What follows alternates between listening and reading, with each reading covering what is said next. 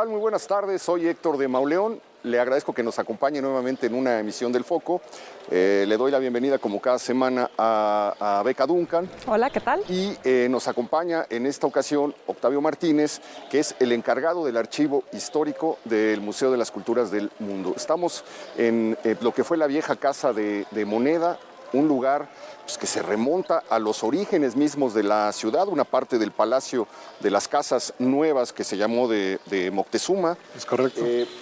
Un lugar en donde existe la hipótesis de que probablemente ocurrió uno de los sucesos, o se llevó a cabo uno de los sucesos más misteriosos de la historia de la conquista o de los años anteriores a la conquista, porque se dice que estamos caminando sobre el lugar que fue conocido como la Casa de Negrida, el lugar a donde Moctezuma II se metía a reflexionar. Una habitación sin paredes, sin ventanas, con un piso de basalto negro, con las paredes precisamente denegridas, y era el lugar al que Moctezuma entraba a reflexionar, y es probablemente el lugar en donde se metió a reflexionar cuando le contaron que se estaban dando una serie de acontecimientos que anunciaban que algo iba a ocurrir. Probablemente después de ver pasar esa luz que partió el firmamento nocturno de Tenochtitlan en dos y que fue leída como el anuncio de un grave acontecimiento, lleno de miedo se metió aquí a pensar, a buscar una salida en todos estos sucesos que relata el padre Sagún, Fray Bernardino de Sagún, y que relata Fray Diego Durán sobre los augurios, sobre los anuncios de que se acercaba el fin del mundo mexica. Pues este lugar debió jugar un lugar fundamental. Se encontraron unos restos, Octavio. Así es correcto. La ventana arqueológica que está cerca del baño muestra algunos restos de estas posiblemente paredes ennegrecidas, ¿no? Son parte de los elementos que llevaron a esta hipótesis. Y también hay un documento de Antonio León y Gama donde él señala que las casas de Negrida se ubicaban donde había estado la Casa de Moneda, aunque la Casa de Moneda abarcaba también parte de lo que es Palacio, entonces por eso es un poco complicada la ubicación, pero bueno, está en el terreno hipotético y pues es muy válido. Digamos, la tradición Así es. se lo acredita. Y bueno, no está lejos del palacio original de Moctezuma, ¿no? Es decir, no sería descabellado pensar que fuera en esta zona. Es correcto, abarcaba todo lo que ¿no? es Palacio Nacional, incluso casi llegando hasta Corregidora, lo que eran las casas nuevas de Moctezuma. Y bueno, pues sigue la historia del edificio, porque pues, el edificio es adquirido, o Hernán Cortés se queda con él. Así es. El viejo Palacio Virreinal se lo adjudica Hernán Cortés, sus hijos se lo venden a las autoridades virreinales ya a finales del siglo XVI, y pues comienza a tener este espacio distintos usos. El fundamental, el que se ha quedado, es el de la Casa de Moneda, pero fue también sede de la Academia de San Carlos, o de lo que se iba a volver la Academia, primero, ¿no? Sí, de la Academia de San Carlos después. El inicio. Sí, bueno, en primer lugar es una primera construcción de la Casa Moneda en 1570. Posteriormente ese edificio empieza a decaer y se hace una reconstrucción prácticamente en el siglo XVIII.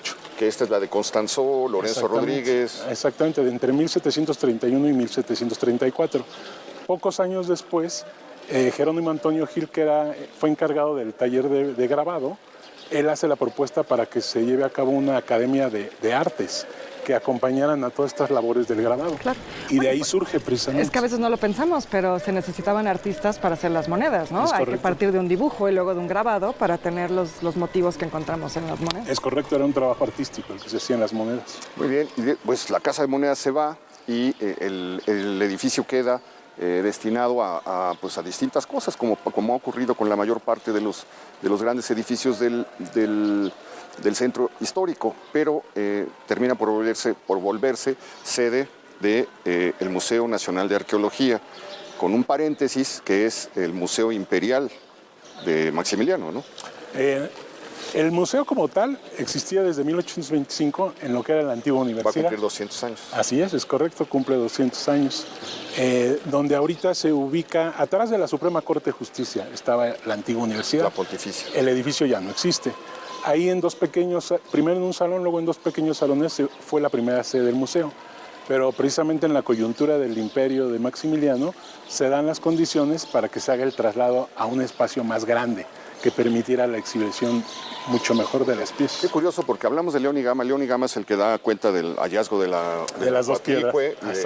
De las dos piedras, de la piedra del Sol. De la piedra del Sol, exacto. De la piedra del Sol y de la Coatlicue, que es llevada, que la Coatlicue precisamente a la Real y Pontificia, es correcto. Es colocada ahí enrejada para que no le rindan culto las personas que le empezaron a poner veladorcitas y ofrendas, etcétera. Y es curioso cómo ese lugar iba a volverse sede del primer Museo Nacional. Es decir, ahí a lo mejor este suceso desata la idea de que es un espacio apropiado para empezar a coleccionar pues las cosas que van apareciendo cuando la gente levanta el piso para nivelar el zócalo y aparecen estas cosas, o cada que se hace una reparación. ¿Por qué no vamos a la sala de Octavio? Porque hay que decir que justo ese es un poco el motivo por el que estamos aquí, Héctor. Este es nuestro cierre al año que dedicamos a los 85 años del Instituto Nacional de Antropología e Historia, y pues este es el lugar donde podríamos decir que inició todo, ¿no? Realmente ya como el Museo Nacional, el primer antecedente de lo que se va a convertir el INAH posteriormente. Así es, el museo es una de las instituciones que integran al INAH cuando se funda en el 39, pero era básicamente la piedra angular, porque ya estaban ahí todas las funciones que eran la investigación, la conservación del patrimonio arqueológico. Y su difusión, ¿no? La exhibición ante el público. Su difusión y exhibición, exactamente. Entonces, eso junto con las direcciones de monumentos, prácticamente es con lo que arranca el INAH en 1939. Y toda la parte técnica, digamos, de investigación, pues estaba aquí en el museo, todos los especialistas. Y lo que también es muy interesante de esta historia que narraban, pues es pensar que precisamente ahora va a cumplir 200 años el Museo Nacional, y lo rápido que es eso después de la independencia, ¿no? Si pensamos que la independencia pues finalmente se consuma en 1821, el hecho de que ya 4 años después Guadalupe Victoria. Sí, Guadalupe Victoria. Que ya estén pensando en abrir un Museo Nacional, pues habla justo de un proceso de construcción de la identidad, de un poco qué somos los mexicanos, qué queremos ser, a dónde vamos, y que eso también sea una reflexión más amplia, no solo algo que se quede entre académicos, entre estudiosos, sino que se abra ese debate al pueblo de México, de esta nación recién construida. Claro, es interesantísimo. Y luego pues hemos visto en películas como El signo de la muerte, donde aparece el célebre Cantinflas, unas vistas de cómo era el museo, hay fotografías del acervo que tenía el Museo Nacional, y cómo se empieza a partir digamos, a partir de 1940 y tantos, cuando se abre el Museo Nacional de Historia en el Castillo de Chapultepec, se van unas piezas y se empiezan a repartir hasta que en 64 se inaugura el Museo Nacional de Antropología, se van otras colecciones, y en 1965 se decide dedicarlo a lo que se llamaba el Museo Nacional de las Culturas. Museo de las Culturas. El Museo de las Culturas. Claro, para también darle cabida a esas otras cosas que había en los acervos, que eran pues etnográficas, ¿no? De otros pueblos del mundo, sí, no solo de los que poblaron México. Pero bueno, sí, perdón, esto, Octavio. Sí, de hecho el primer museo, el Museo Nacional, tiene una temática enciclopédica. Es decir, abarca todas las disciplinas, incluyendo la historia natural. Claro, que ahí es una primera fractura, ¿no? Cuando se hace historia natural. Ajá, sí, así es. De historia natural surge... Todo estaba aquí surgió, eso fue en la coyuntura de la celebración del festejo del centenario, que se propone la separación de estas colecciones, porque también el espacio ya no permitía su. Y es cuando se mandan al Chopo, ¿no? Exactamente. Es cuando se mandan al Chopo. Perdón, sí, claro. Es como la primera vez que se divide este acervo. Es correcto. Durante las fiestas del centenario estaba la exhibición japonesa, ahí en el Chopo. Y ya en 1914 se inaugura como Museo Nacional de Historia Natural. Y acá queda... Ahí esa es una primera ruptura precisamente de las colecciones, y la temática que adquiere el museo en 1910 es totalmente humanista, ya dedicada a las ciencias del hombre, es decir, la historia, la arqueología, la etnografía. Bueno, aquí encontramos algo que tiene que ver con el pasado del edificio. Aquí vemos unas...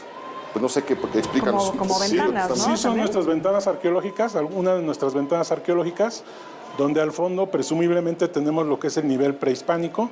Posteriormente, como base, está ya la construcción colonial, pero utilizando los materiales de la antigua Ciudad de México, Tenochtitlán. O sea, ¿eso es siglo XVI? Exactamente, y esta pared también, porque es una pared de la primera construcción de la Casa Moneda en este sitio. Ok, ahí por ahí leí la versión de que Cortés mandó deshacer la Casa de las Atarazanas. Es correcto. Que la Casa de las Atarazanas es el lugar donde se guardaron los bergantines con los que tomaron Tenochtitlan, los 13 bergantines. Dijeron, pues tenemos que tenerlos en un lugar seguro en caso de que haya una rebelión, que haya un problema. Y al final de la calle de Guatemala hicieron una construcción para preservarlos y con una salida rápida a los canales y a los lagos. Parece que ese edificio se arruinó muy pronto, por ahí creo que cuenta González Las atarazanas Obregón. son utilizadas precisamente para esta primera construcción, la del siglo XVI. Entonces estas piedras formaron parte de las atarazanas. Esta es la fachada, que incluso se ve una fachada mucho más sobria, más estilo medieval, a comparación de la de afuera, que ya es la del siglo XVIII, Claro. que es barroca prácticamente. Oye, pero es interesante el nivel del piso ahí, porque pues podríamos asumir que por ahí pisó Moctezuma quizá en algún momento, Probablemente, ¿no? es muy probable. Es muy probable. Sí, bueno, es el contacto, ¿no? Es el momento del contacto que queda aquí perfectamente Y la reutilización expresado. de los materiales de la antigua ciudad, incluso Claro. los pilotes, ahí se ven parte del sistema de pilotes que mantienen en pie todos estos edificios. Los pilotes de madera, ¿no? Los pilotes de madera. Era inmensa la casa de Moctezuma, el palacio de Moctezuma. Sí, era ¿no? inmenso. Me impresionó mucho leer una noticia de que en donde hoy es corregidora pasa un canal.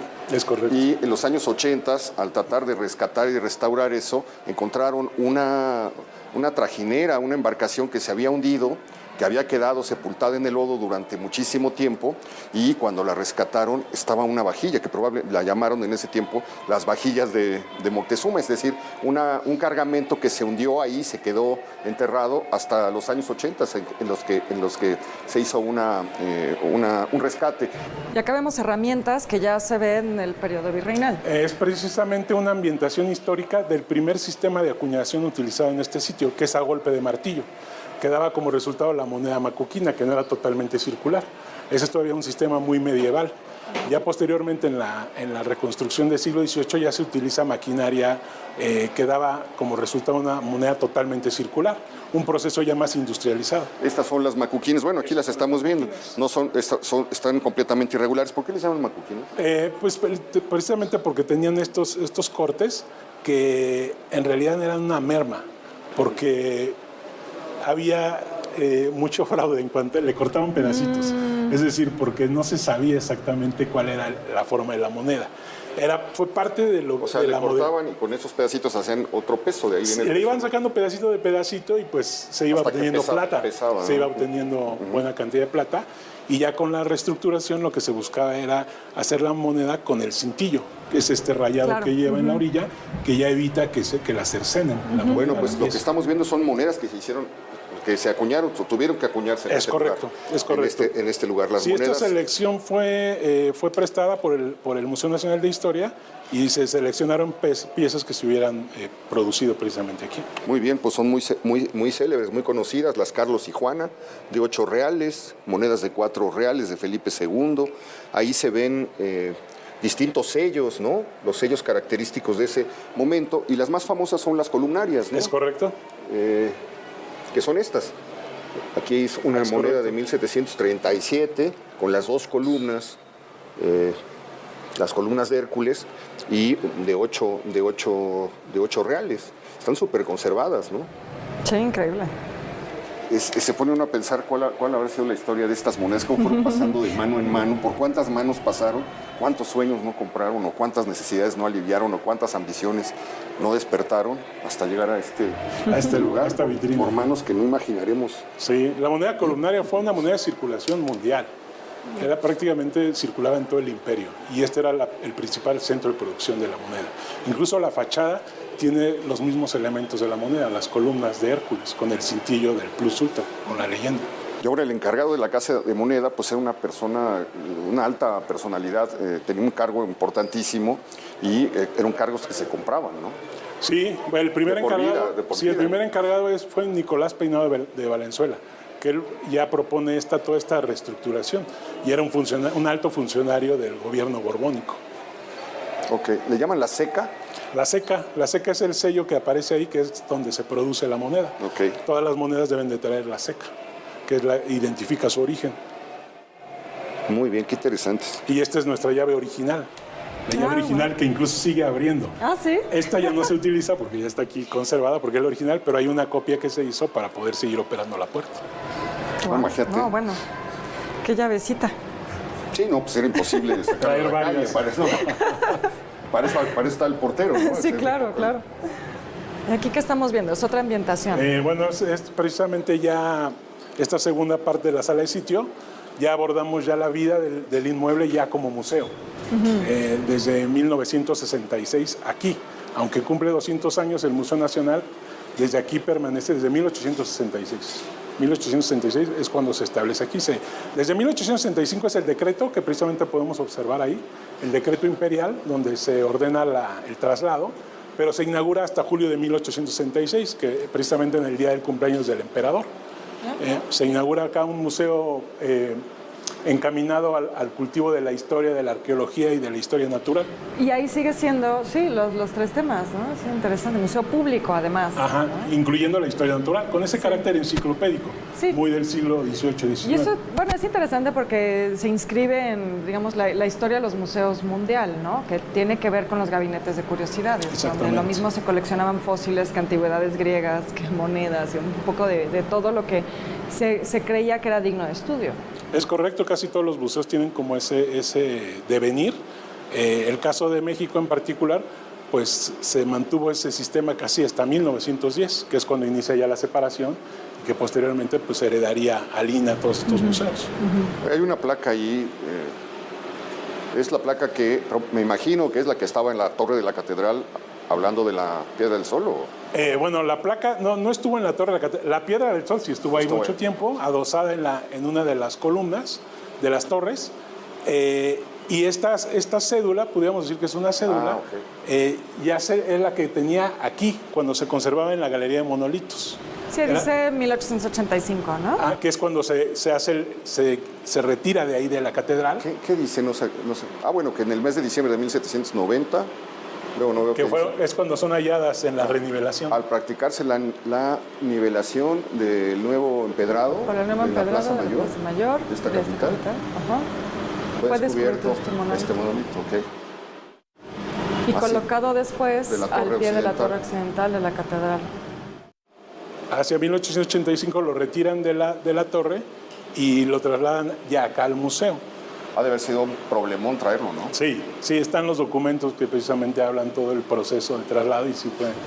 Y fue Batres, ¿no? Exactamente. Batres es el encargado del Porfiriato, que entonces era inspector de monumentos arqueológicos. Sí. Él es el que hace el traslado aquí al museo. Esto es increíble. O sea, la gente pues, se había acostumbrado durante muchos años a ver la Piedra del Sol colocada en la Torre Poniente y le dedican un poema cuando lo sacan de ahí para traerlo a este sitio. Adiós, Montepío querido, adiós, bella catedral, me despido ya de ustedes, ya me llevan a encerrar.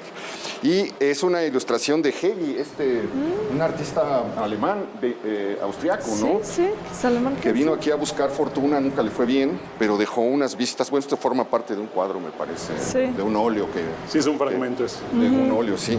Un artista muy misterioso, poco conocido. Y bueno, pues vemos aquí a los personajes. Sí, esto es una línea del tiempo que hicimos precisamente tratando de aportar ciertos datos biográficos de todos los personajes importantes que ha tenido el sitio, empezando desde la época prehispánica, la época colonial, por supuesto, y ya la del México independiente, y dándole una especial atención a la parte ya como museo, ¿no? A partir de 1866 y posteriormente todos los sucesos que tienen que ver con el surgimiento del INA y de la antropología, el fortalecimiento de las disciplinas antropológicas. Qué curioso que es Guadalupe Victoria, el mismo que quería fundir el caballito para hacer monedas, el que tiene la idea de que las antigüedades deben estar en un lugar específico y bajo cuidados determinados, ¿no? Sí, y de hecho el caballito fue de las primeras piezas que estaban integradas también ahí en el patio de la universidad, estaba en el centro. Sí. Y abajo se puede ver en los óleos que estaba el busto de Felipe V, que actualmente está en la fachada de nuestra Galería de Monolitos, porque esos elementos, como estaban asociados a la monarquía, tenían que ser resguardados y protegidos. Sí. Es una litografía de Waldi, ¿no? Que lo muestra en el centro de Pedro Waldi, de lo que era la Real y Pontificia. Bueno, vamos a hacer una pequeña pausa antes de seguir con nuestro recorrido. No se vayan.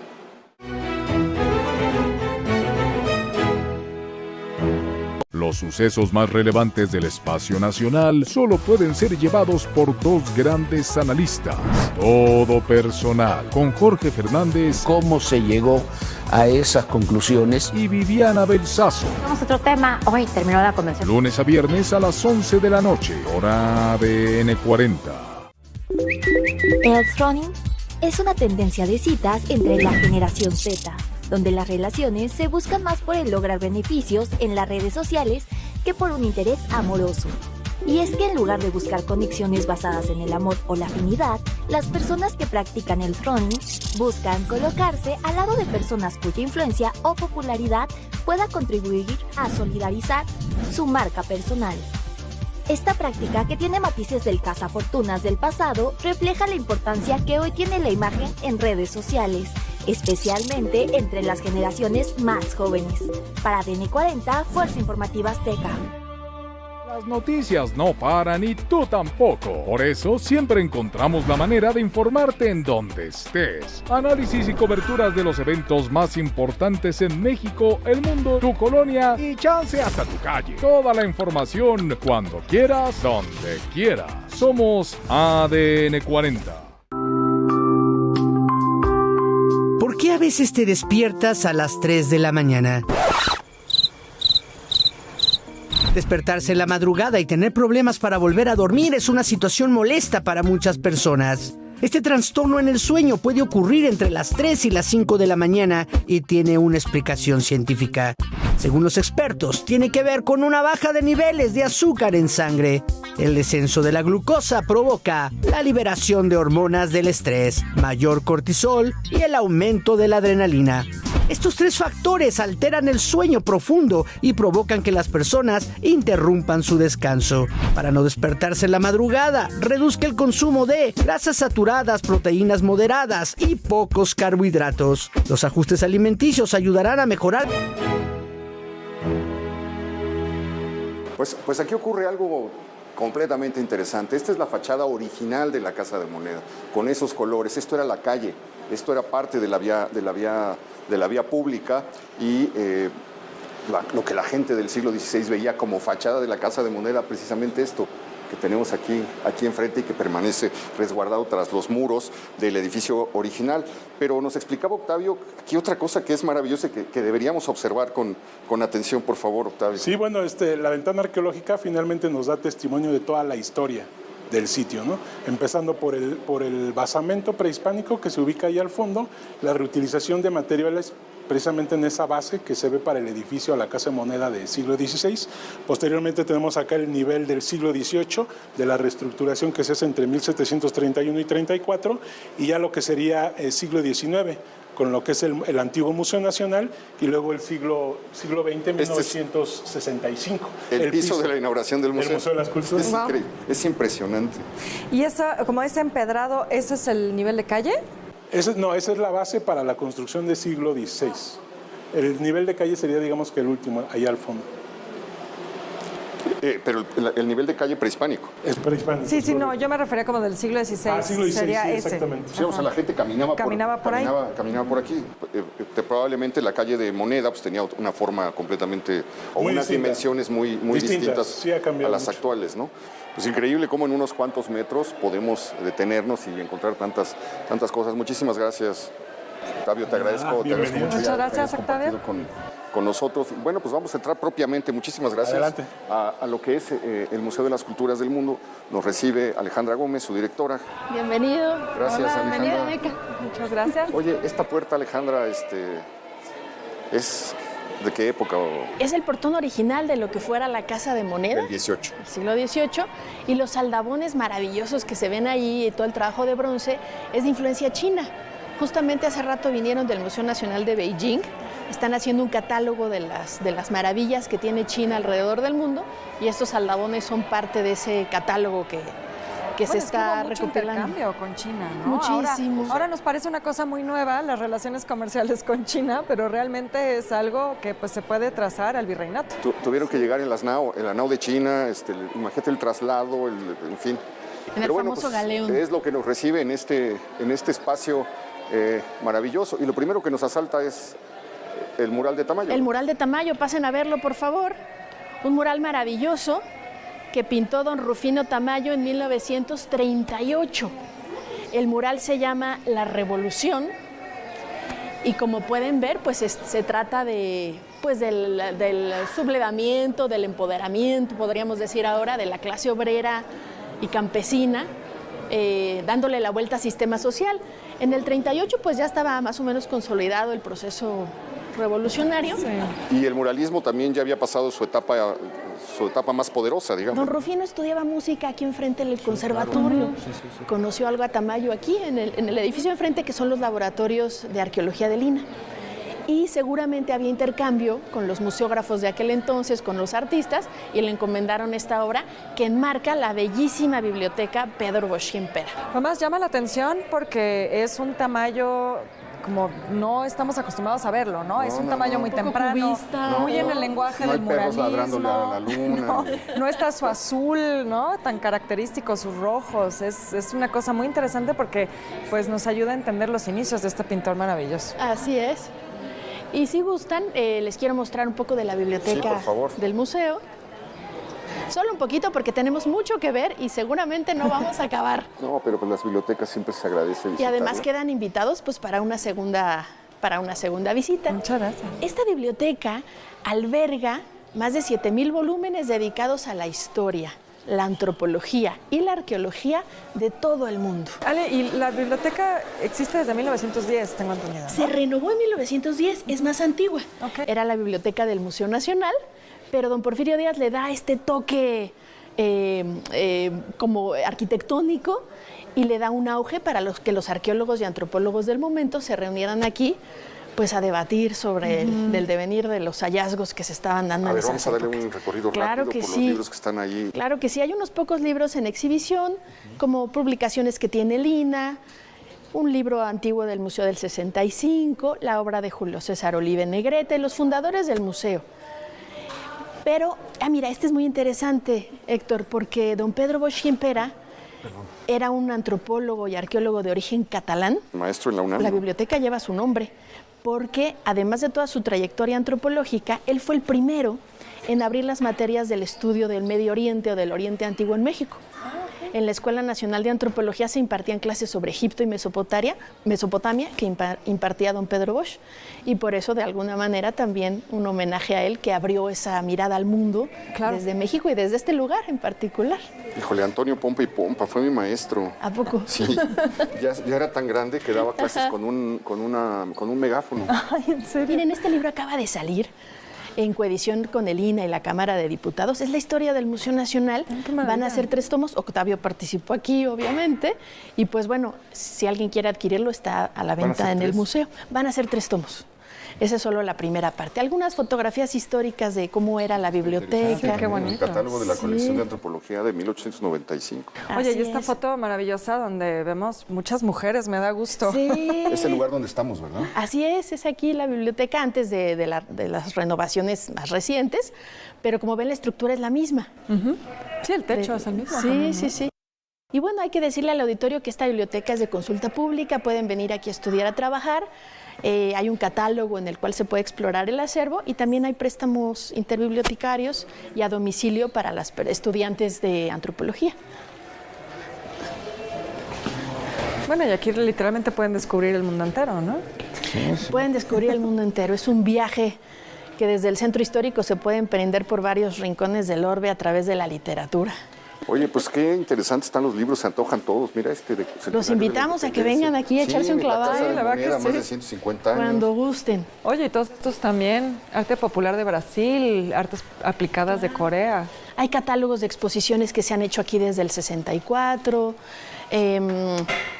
publicaciones periódicas, revistas que editan otras instituciones de México que trabajan temas del mundo, como el Colegio de México, algunos departamentos de la UNAM y revistas del extranjero que nos llegan también, que tienen esta temática. Así que bienvenidos, y la biblioteca está abierta en el mismo horario del museo, todos los días menos los lunes, de 10 a 6 de la tarde. Bueno, platícanos un poquito acerca de la historia del museo, qué es lo que vamos a ver, Pues miren, cómo ha sido su devenir. Los vamos a invitar a hacer un recorrido por las áreas que normalmente el público no transita, que son los acervos de colecciones y el laboratorio de restauración. Porque este museo tiene una riquísima historia desde 1965. Me gustaría enfocarme en lo que es el Museo de las Culturas del Mundo, que además estamos cumpliendo 60 años. 60 años de investigar, conservar y difundir patrimonio de culturas del mundo, es decir, de otras regiones del orbe, y somos el único museo de Lina que hace esto. ¿Cómo surge esa idea? Pues mira, los primeros directivos del museo de aquel entonces, Julio César Olivé, doña Beatriz Barba de Piñachán, se daban cuenta de que toda la infraestructura de los museos del país estaba volcada a lo nacional, lo cual es justo y válido porque tenemos un patrimonio inagotable. Sí, riquísimo. Pero, ¿qué pasaba en esos años 60 cuando el mundo ya estaba de alguna manera globalizado, interconectado, venían las Olimpiadas? Ellos decidieron consagrar este museo con esta tónica particular, y en aquel momento fue un museo pionero en Latinoamérica, porque no hay muchos museos que dediquen su expertise a las culturas del mundo. Y ya había acervos de esto, Ajá, ¿no? sí, iba a preguntar. Había acervos, sí. Había colecciones que habían llegado como regalos a varios presidentes, incluso desde Porfirio Díaz hay una armadura samurái por ahí en la sala de Japón que llegó como un regalo desde esas épocas, y después muchas delegaciones extranjeras normalmente traen regalos que se fueron depositando aquí, o sea, colecciones ya existían. Y también comunidades que desde los 60, comunidades extranjeras, han dado colección al museo. Esto es muy bonito porque este museo se ha formado así, de regalos, intercambios, donaciones, de embajadas, particulares, universidades. Es un espíritu de mucha cooperación internacional. No tenemos un solo objeto robado, no somos un museo colonial de ninguna manera. Traído de otra parte del cielo, eso es muy interesante destacarlo. ¿Y cuántas piezas lo conforman? El acervo consta de más de 17,000 piezas, ya sobrepasamos las 17,000. La gran parte está en los repositorios de colecciones, donde los vamos a invitar a pasar, y otra parte en las salas de exhibición. En la planta baja tenemos las salas de Egipto, Mesopotamia, Grecia y Roma. Y arriba tenemos en el entrepiso China, Corea, Japón y una nueva sala sobre la cultura turca. Y arriba tenemos salas etnográficas, una dedicada al pueblo Gunadule, que es un pueblo que habita entre Panamá y Colombia, y el pueblo Sami, que están en el norte de Europa. Muy bien, ¿por dónde empezamos? Pues si gustan vamos a los talleres de restauración, ¿les Perfecto. gustaría? Muy bien. Adelante, vamos a subir. Bueno, pues bienvenidos al taller Laboratorio de Restauración del Museo Nacional de las Culturas del Mundo. Este es parte del corazón del museo, en donde se hace una de las labores más especializadas dentro del museo, pero también de Lina, porque nuestras compañeras restauradoras han desarrollado una expertise muy particular trabajando con colecciones que en México no son comunes, y pues han desarrollado estudio, han desarrollado capacidad para analizar los materiales y restaurar piezas pues que son únicas en México y en el mundo también. Muy diversas, ¿no? Todo tipo de materiales. Diversas, todo tipo de materiales. No sé si quieran, se las presentamos. Ella es Fernanda Núñez. Una nos resulta muy conocida. Una amiga de ustedes, Dolores. Pero adelante, chicas, si gustan comentar. Por ejemplo, en este caso tenemos aquí sobre la mesa extendido un impermeable. Pertenece a la cultura inuit. Y bueno, este impermeable está elaborado con intestinos de foca, y cada una de las secciones del intestino está cosido con los tendones de la propia foca, y eso a su vez hace que, según la literatura, cuando se moja este material, se hincha el mismo material de los tendones y del intestino, y eso hace que se vuelva completamente impermeable y ayuda a que el cazador que vaya en el kayak no se moje. Está bastante deteriorado. ¿Cuántos años tendrá esto? ¿Y cómo le van a hacer para recuperar? Bueno, no tenemos una fecha específica de la temporalidad a la que pertenece el impermeable, sin embargo, creemos que posiblemente sea siglo XIX, XX. Son muy raros, la verdad, este tipo de especímenes, y bueno, lo que tenía es que en algún momento estuvo exhibido mucho tiempo de forma vertical, y toda la fuerza se recargaba en la parte de los hombros, es por eso que la ven aquí tan desgarrada. Exacto. Entonces ahorita está en un proceso más o menos vamos al 50% de la restauración. Está trabajando una compañera y bueno, ella lo que está haciendo, además de trabajar estas rasgaduras del material, está sustituyendo algunas intervenciones anteriores. Esas intervenciones se habían hecho con materiales que después de ya varios años se fueron rigidizando y le provocaban más problemas, ¿no? Entonces retiró esos materiales y está utilizando ahorita una técnica que aprendimos de conservadores que de misma red del instituto nos vamos ahí auxiliando y preguntando sobre algunos materiales. Y bueno, en este caso pudimos trabajar con intestino tripa de cerdo, básicamente. Entonces nos enseñaron a cómo lavarla, a cómo hacer el proceso, digamos, una especie de curtido de esa tripa para que nos quedara un material muy semejante al que tenemos de la foca. Y bueno, este material lo recortamos, lo hacemos al tamaño, a la forma de los espacios, las lagunas que tenemos ahí de material. Y bueno, hacemos lo unimos por medio de adhesivo. Wow, suena muy complejo. No, sí, peliagudo. Bueno, en este caso en específico es un zorro que tenemos como parte de una donación que nos hizo la Embajada de Turquía.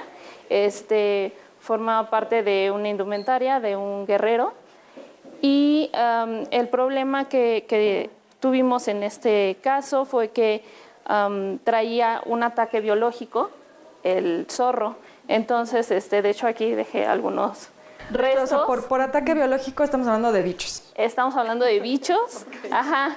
En este caso son polillas que se dedican justamente a comer textiles y bueno, también al zorro, ¿no? Entonces, hicimos un proceso de desinsectación o comúnmente conocido como fumigación y bueno, con eso eliminamos al insecto en todas sus etapas de ciclo de vida y ahorita lo que estoy haciendo es un proceso de limpieza acompañado con la aspiradora y bueno, lo que se vaya cayendo de los pelos del propio animal los estoy guardando ya en unas bolsitas para saber específicamente de qué parte del animal se están desprendiendo esos pelos, ¿no? ¿Y los tratas de reintegrar después? ¿O No. eso es casi imposible? Eso es casi imposible, sí. Más bien, lo que se pretende en este momento es que rescatando este material y digamos, dividiéndolo por bolsas para saber a qué parte del animal pertenecen, después se puede hacer como una caracterización de este espécimen para saber qué tipo de zorro, porque se supone que es un zorro. La pieza más antigua que les ha tocado restaurar o más extraña. Bueno, todas son extrañas. Todas son un poco extrañas. Sí. Es que extrañas, sí, creo que extrañas más que antiguas. Todas tienen su parte de extraño. Tal vez la máscara de tela de araña, no sé, de Oceanía, por ejemplo. Las telas de araña. Sí, tenemos materiales así de extraños como telas de araña, que en realidad a esos no les aplicamos tal cual un proceso de restauración, sino que más bien siempre optamos más por la conservación preventiva. Y bueno, ese es el caso, por ejemplo, de las máscaras de tela de araña. Usamos mucha conservación preventiva para mantenerlos en buenas condiciones de temperatura, de humedad y de iluminación, sobre todo. Y bueno, piezas antiguas, pues tenemos de diferentes periodos, incluso tenemos piezas pues prehispánicas de aquí mismo de México. Entonces esas las hemos trabajado. Tenemos también prehispánico de, por ejemplo, peruano, ¿no? Los textiles peruanos. Sí. Y bueno, pues sí. No sé qué pieza tú recuerdes extraña.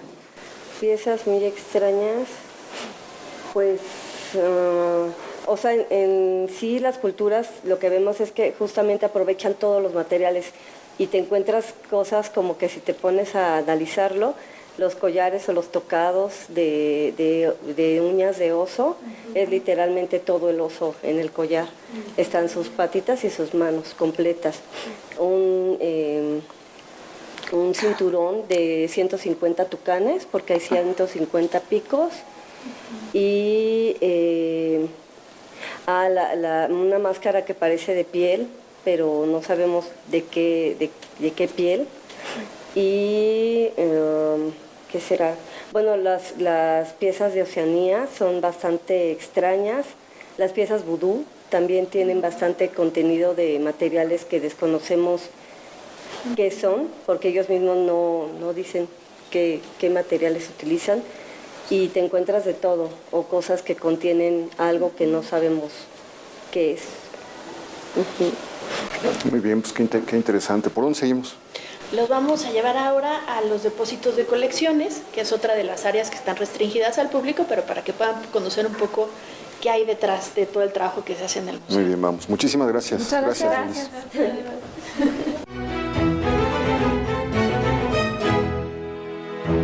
Los sucesos más relevantes del espacio nacional solo pueden ser llevados por dos grandes analistas. Todo personal, con Jorge Fernández. ¿Cómo se llegó a esas conclusiones? Y Viviana Belsazo. Vamos a otro tema. Hoy terminó la convención. Lunes a viernes a las 11 de la noche, hora de N40. Earthroning es una tendencia de citas entre la generación Z, donde las relaciones se buscan más por el lograr beneficios en las redes sociales que por un interés amoroso. Y es que en lugar de buscar conexiones basadas en el amor o la afinidad, las personas que practican el Earthroning buscan colocarse al lado de personas cuya influencia o popularidad pueda contribuir a solidarizar su marca personal.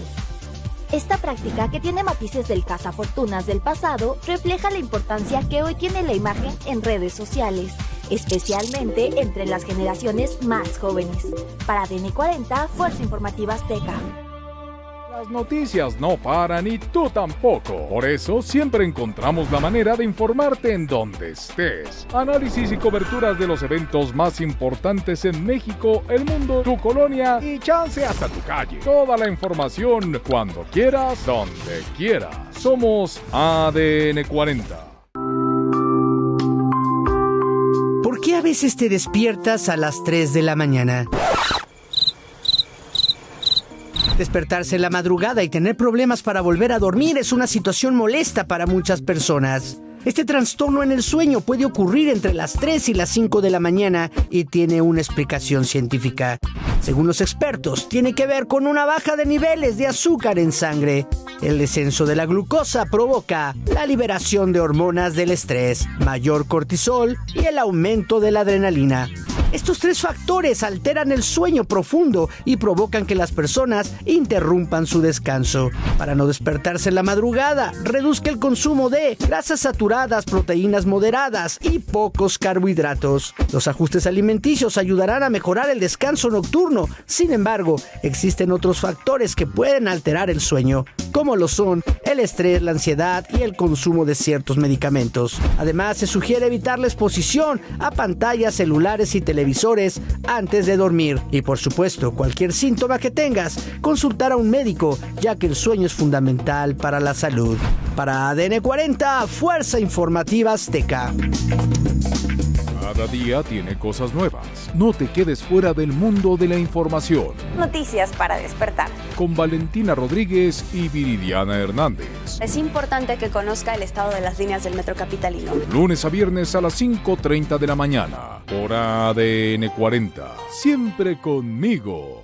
Investigadores de la Universidad Japonesa de Nagoya descubrieron que escribir en un papel la reacción de enojo ante un incidente negativo como el ser insultado o agredido y luego triturarlo o tirarlo a la basura. Como les comentaba, los 17,000 objetos que alberga este museo se resguardan en un área que colinda con Palacio Nacional en 5 niveles de acuerdo al material constitutivo de las piezas. Y aquí estamos entrando a estos depósitos de colecciones. Él es el arqueólogo Alfonso Osorio. Él es encargado de las colecciones del museo, del inventario, el registro y la preservación de las mismas. Así que, si gustan, podemos ir pasando. Bueno, sí, adelante. Bueno, adelante, Beca. Pasa, Lector. Te sigo, por favor. Gracias, muy amable. Bueno, vamos. Bienvenidos. Pues bueno, este es el acervo 3. Tenemos un concepto de acervos verticales, está dividido en 6 niveles. divididos por su material constitutivo bajo un concepto de conservación preventiva. Es decir, tenemos material inorgánico que va a requerir una temperatura, una humedad específica y vamos subiendo al material orgánico y va a requerir otros medios, otro ambiente para su preservación. Bajo ese concepto tenemos distribuidos estos 6 niveles. Estamos ahorita en el 3. Muy bien. Un poco de material orgánico, sólido, en maderas, un poco de colección de África, por ejemplo. Hay que comentarle al auditorio que para celebrar los 60 años del Museo de las Culturas, este año vamos a inaugurar la Sala de África. Algunas de estas piezas las podrán ver en exhibición. Ok. Es una donación increíble. Ajá, sí. esta colección, sí. Y reiterando lo que comentábamos, esta donación llegó por parte de la doctora Martínez Montiel, una investigadora de la UNAM, que fue directora de este museo un tiempo, y ella trabajó toda su vida con culturas africanas y pues desgraciadamente falleció, pero lo bueno es que nos dejó su legado y su colección aquí en el museo. ¿Esto qué es de cuero? ¿Es Me piel? parece, ¿no? Sí, es un tipo de piel. Está recubriendo en madera. Sí, esto ya fue intervenido y está listo para... ¿Y esta colección de qué periodo abarca? ¿Eso lo tienen documentado? Siglo XX, en su mayoría siglo XX, algunas piezas que la doctora adquirió en campo, otras que le fueron llegando, pero sí, son colecciones recientes. Como la gran mayoría de las piezas del museo son del siglo XX, aunque tenemos cosas muy antiguas como en la sala egipcia, por ejemplo, pero en su mayoría es colección etnográfica. Qué maravilla. Esta es preciosa. Sí, son bellísimas. Muy bien, podemos... Sí, Pasen. por favor, adelante. Tenemos... Muy bien. Bueno, aquí vamos a empezar con la cerámica, desde porcelanas de todas partes del mundo hasta material vidriado en cerámica. Si gustas mostrarles joyas, pasamos. Sí, bueno, y también me gustaría hacer énfasis en el trabajo que hacen los compañeros de colecciones en este tipo de embalajes. Miren, ¿cómo le llaman, Alfonso? Embutido. Guardas primarias y secundarias. Sí. Sobre todo dándole estabilidad a las piezas. Como se mueven los compactadores, podemos tener algún accidente, entonces se les hace una guarda para garantizar que no vaya a tener ningún tipo de accidente. Y nos permite pues el moverlas y no tocarlas, ¿no? Sobre todo siempre con el concepto de conservación preventiva. Vamos a prevenir cualquier accidente. Y aquí se ve principalmente obra de Oriente, ¿no? Obra de Oriente, también de Europa. Aquí el criterio, recuerden, es el material constitutivo. Sí. Entonces conviven cerámicas de varias partes del mundo. E incluso algo que siempre nos gusta mostrarles, una donación de joyería yemenita que nos llegó recientemente. ¡Wow! Que es bellísima, es joyería en plata de las novias de Yemen. La señora Mari Carmen Arriola vivió muchos años allá y decidió también donar su colección al museo, y pronto esperamos tener un espacio también al lado de la sala africana para hablar de esta punta de la península arábiga, Yemen, Omán. Y que esa es tu área de especialidad, ¿cierto? Sí, el mundo árabe. Sí, entonces ya le traemos ganas también. Oye, con tantos sismos no han tenido dificultades. Ay, perdóname. No, afortunadamente este tipo de guardas que utilizamos, primarias, secundarias, nos garantiza eso, ¿no? Que no se va a caer nada, así sea muy fuerte. E incluso cuando movemos, siempre estamos al pendiente de cualquier movimiento. Estamos tratando siempre de controlar esta parte. Y tienen un seguro. Entonces, se compactan, se le pone el seguro y se garantiza que el movimiento sea mínimo dentro de cada fila, ¿no? Podemos ver los bronces también, ¿qué les parece? Vamos a seguir acá con otro anaquel. Tiene que salir porque si no... Sí. Sí. Hay que salir, le llamamos si no, el efecto mariposa. Sí. Bueno, todo esto sigue siendo cerámicas de varias partes del mundo. Todas las piezas tienen su número de inventario. Entonces, primero se busca en la base de datos y se busca algún material específico y luego ya se... Híjole, este es precioso. Sí, pues precisamente las representaciones antropomorfas o morfas en cerámica de diferentes partes del mundo. Me encanta esta sección porque es la cerámica negra, ¿no? Y aquí tenemos, a veces creemos que nada más es Oaxaca, pero no es cierto, esto es Europa, esto es Norteamérica, parte de Centro Sudamérica, y también hacen una cerámica negra muy interesante. pasamos, ¿no? De los vidriados a los alisados y, bueno, las representaciones. Aquí todos viven en Santa Paz. Ahorita lo van a ver en los bronces. Todos conviven en Santa Paz. ¿Y cuáles son los retos de conservar piezas de orígenes tan diversos? Bueno, ya hablábamos un poco allá arriba en el taller de restauración de los retos de los materiales a los que se enfrentan, pero pues me imagino que incluso en esto de la conservación preventiva, pues también debe haber muchas cosas que considerar. Identificar los materiales constitutivos es un reto. Son materiales ajenos a nosotros, lo cual implica el trabajo de investigación de biólogos, técnicas de manufactura que no estamos acostumbrados. Es el reto de restauración. Y pues para nosotros también, porque ¿qué material puede estar en contacto directo con, no sé, con una tela de araña?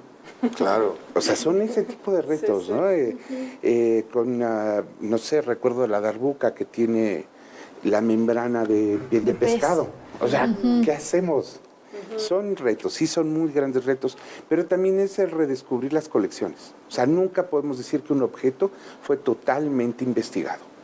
O sea, los objetos siguen y sigue viendo especialistas, más especialistas. Seguimos redescubriendo nuestras colecciones. Nunca podemos decir que terminamos de hacer. Se hace antropología o arqueología dentro del mismo museo. Sí, claro. Pasen a ver los bronces. No, estos son maravillosos, pero lo que decíamos, la historia de los objetos, ¿no?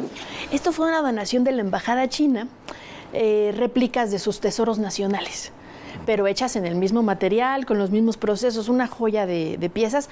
La mitad de esta colección está exhibida en la sala de China, la otra aquí para poder rotar las piezas, para preparar exposiciones itinerantes o viajeras. En fin, los depósitos de colecciones tienen muchos usos y uno de ellos es la investigación, ¿no? Uno de los más importantes, no solo guardar cosas, ¿no? Sí. Bueno, y esto que dices de las réplicas creo que también es importante, ¿no? Porque muchas veces pensamos que algo tiene menos valor por ser réplica, pero en realidad nos acerca a un mundo al que difícilmente vamos a tener acceso de otra manera, ¿no? Claro. Da hasta una especie de mareo, ¿no? Ver tantas cosas juntas de tan distintas procedencias y tan distintos significados. Así es. El peso que traen atrás cada una. Mira, los bronces de Benín, por ejemplo, piezas de India. Como dice Poncho, todos conviviendo en Santa Paz. Sí, todas las religiones conviviendo en Santa Paz. Es muy interesante, la réplica a veces se menosprecia. Aquí tenemos la fortuna de tener objetos hechos ex profeso para museo. Sí, que a veces no lo pensamos así. Tal vez somos muy necios en tener objetos que fueron creados no para el museo. Aquí sí los tenemos.